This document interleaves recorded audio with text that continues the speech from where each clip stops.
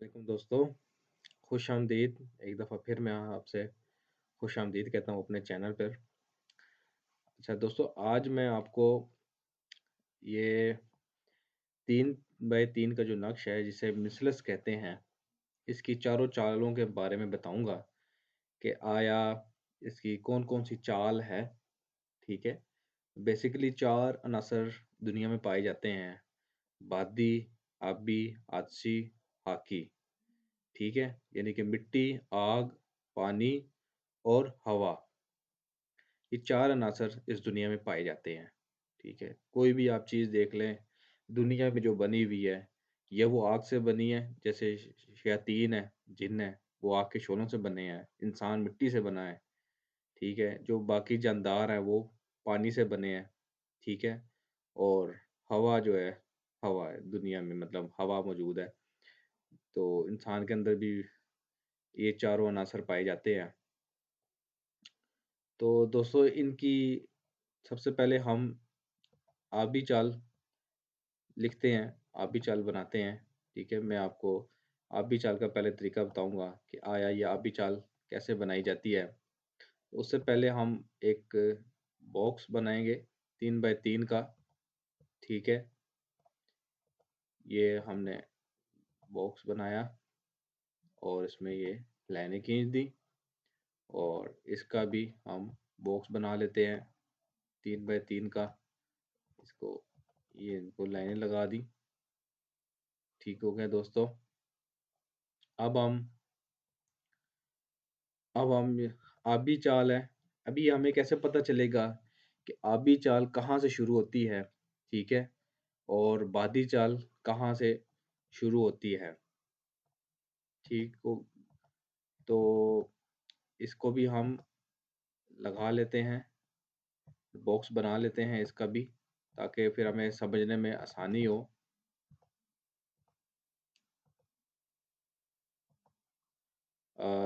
जैसा कि दोस्तों हमने ये बॉक्स बना लिए हैं, ठीक है? आतिशी चाल यहाँ से एक खाना यहाँ सेंटर से शुरू होगा, हाकी चाल यहाँ नीचे के सेंटर खाने से, बादी चाल जो है दाएँ जानिब से शुरू होगी, ठीक है? और आबी जो है बाएँ से, ठीक हो गया? आग जो है, सबसे पहले हम आछी का मैं बता देता हूँ, आग जब हम जलाते हैं तो उसकी तपिश ऊपर जाती है, आग यानी कि ऊपर जाती है, तो इसलिए ये एक इसका यहाँ से सेंटर से आएगा, ऊपर से, क्योंकि आग हमेशा ऊपर जाती है, ठीक हो गया दोस्तों? ये मिट्टी है, ठीक है? इसका जो है हाकी चाल जो है नीचे से शुरू होती है क्योंकि नीचे से ऊपर जाती है, तो हाकी यहाँ से आएगा। इन दोनों का तो ये फ़ॉर्मूला याद रखने का है कि आपने ये याद रखना कि आछी हमेशा आग जो है ऊपर जाती है, तो यहाँ से शुरू होगा 1 नंबर। जो हाकी है वो मिट्टी है, मिट्टी ज़मीन नीचे ही होती है, ठीक है? मिट्टी तो ऊपर नहीं जाती है, तो इसलिए एक यहाँ नीचे से शुरू होगा, यहाँ से सेंटर से। ये याद रखने का कुलिया है इन दोनों का। इसका जो कुलिया है आबी का, ठीक है? पानी जिसे कहते हैं आबी, आ, बी यानी कि बायाँ आ रहा है। आ, बी, बे की आवाज़ निकल रही है तो बायाँ आएगा यानी कि इसका लेफ्ट साइड से ये शुरू होता है। और ये बा-दी, हवा जिसे कहते हैं बा-दी यानी कि दाल है, दी आ रहा है यानी कि बा-दी, तो ये दायाँ आएगा, यहाँ से शुरू होगा, राइट साइड से। ये इसको याद रखने का फ़ॉर्मूला है इन दोनों को, ठीक है? चाहे आप इस खाने में 1 नंबर रख के शुरू करें या इस खाने में, इस खाने में, इस खाने में, ठीक है? तो ये आया जब आप इस को रख के फ़िल करेंगे तो एक ही इदाद निकलेंगे, एक ही मजमू आएगा रकम का, ठीक हो गया? अब हम ये नक्श बनाते हैं सबसे पहले आबी चाल का, ठीक है? तो 2 यहाँ पर 2, 3, 4, 5, 6, 7, 8 और यहाँ आ जाएगा 9। दोस्तों ये देखें इसके 9 खाने हैं, ठीक हो गया? 9 खानों में ही ये 9 हरूफ आ गए और ये 9 ही तरीकों से नक्श पूर्ण किया जा सकता है। यानी कि 9 खाने हैं, तो हम इसको फ़र्ज़ करें कि हम कोई भी 786 या बिस्मिल्लाहिर्रहमानिर्रहीम का तावीज़ बनाना है, उसके हम एदाद निकालेंगे, ठीक है? 786 उसके एदाद आएँगे, उसमें से 12 माइनस करेंगे, फिर जो भी रकम आएगी उसको 3 पर डिवाइड करेंगे, तो फिर जो उसका हासिल आएगा उसको हम पहले खाने में यहाँ पर लिख कर आशी चाल में या आबी में, बादी में लिख कर तो उसको हर खाने में एक-एक हरूफ का इज़ाफ़ा करते जाएँगे। ठीक हो गया। लेकिन इसमें और भी 8 तरीक़े-कार हैं, 8 तरीक़ाकार हैं जिससे आप खानों को पुर कर सकते हैं। ये एक दिमागी दौड़ है।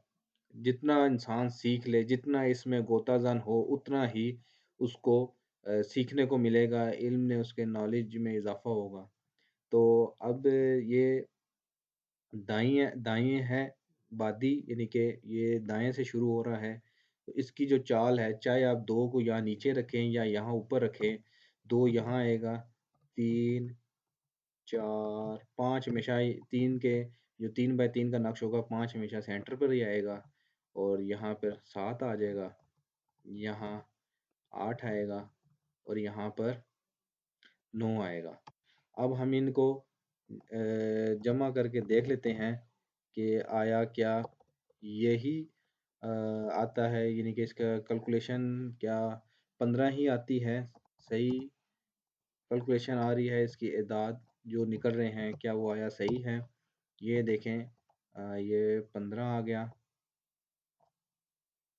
ठीक है? यहाँ से भी हम इसको अगर जमा करें तो 15 ही आ रहा है। ठीक हो गया दोस्तों? यहाँ पे भी हम अगर इसको देखें तो यहाँ से भी 15 आएगा,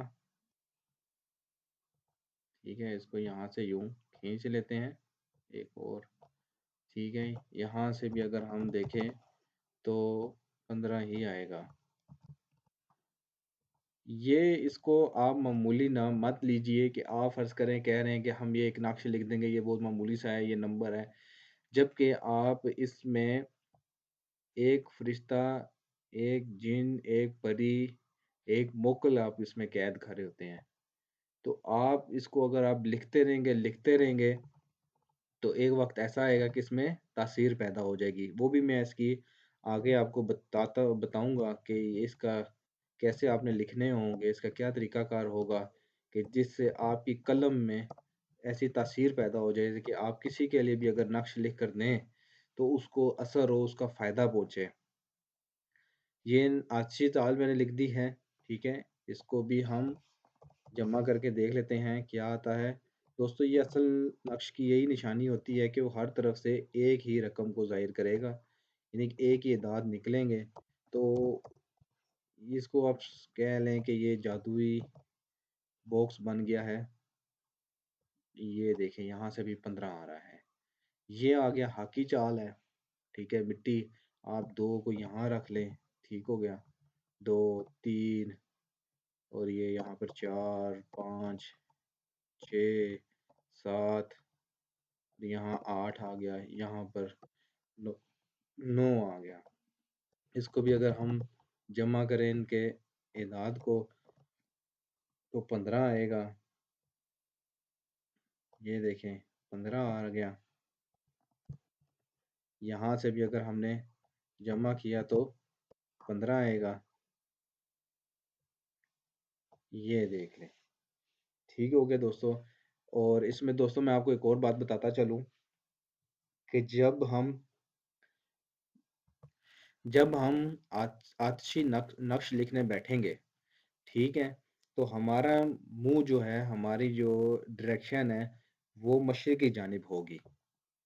ठीक हो गया? जब हम ये नक्श लिखेंगे किसी भी चीज़ के लिए या चाहे हम इसकी ज़कात अदा कर रहे हों या किसी मकसद के लिए इसको लिख रहे हों, तो हमारा जो मुँह है वो मशरिक़ की जानिब होगा और जो बादी है, ठीक है? बादी नक्श जो होगा जब आप ये लिखेंगे, तो आपका मुँह जो है वो मग़रिब की जानिब होगा, ठीक है?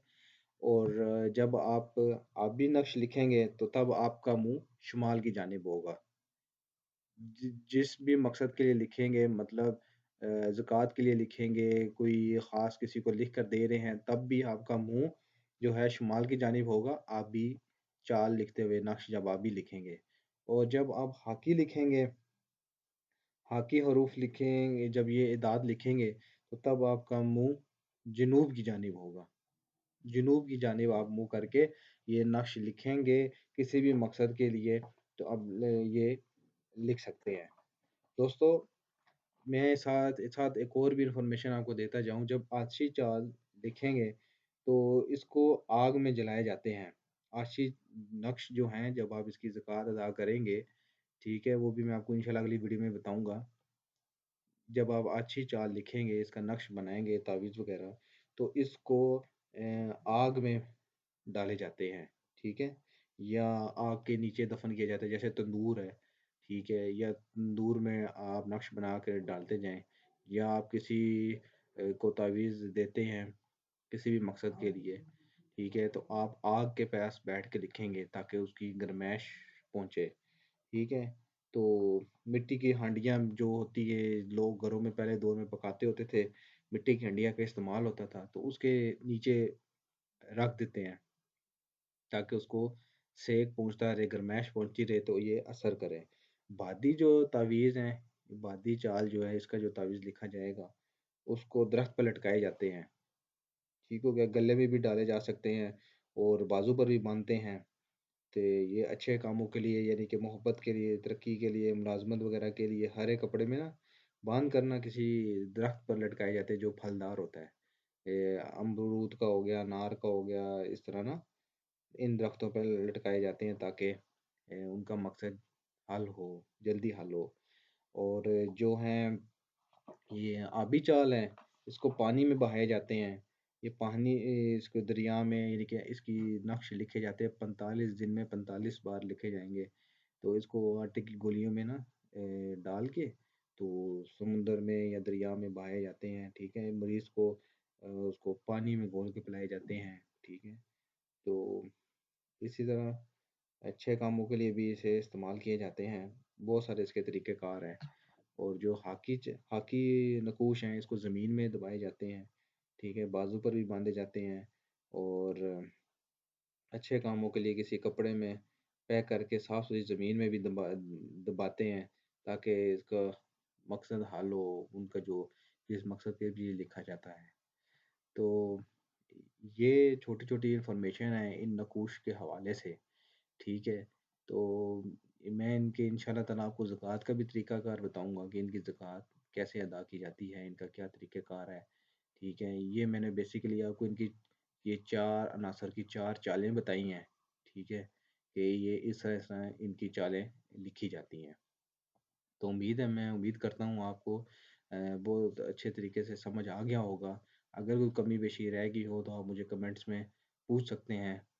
तो मेरे चैनल को ज़रूर सब्सक्राइब कीजिएगा, लाइक कीजिएगा। तो इंशाल्लाह अगली वीडियो में मिलूँगा, नई इन्फॉर्मेशन के साथ मज़ीद आपकी मालूमात में इज़ाफ़ा करने के लिए। तो मुझे इजाज़त दीजिए। अल्लाह हाफ़िज़। अस्सलाम वालेकुम।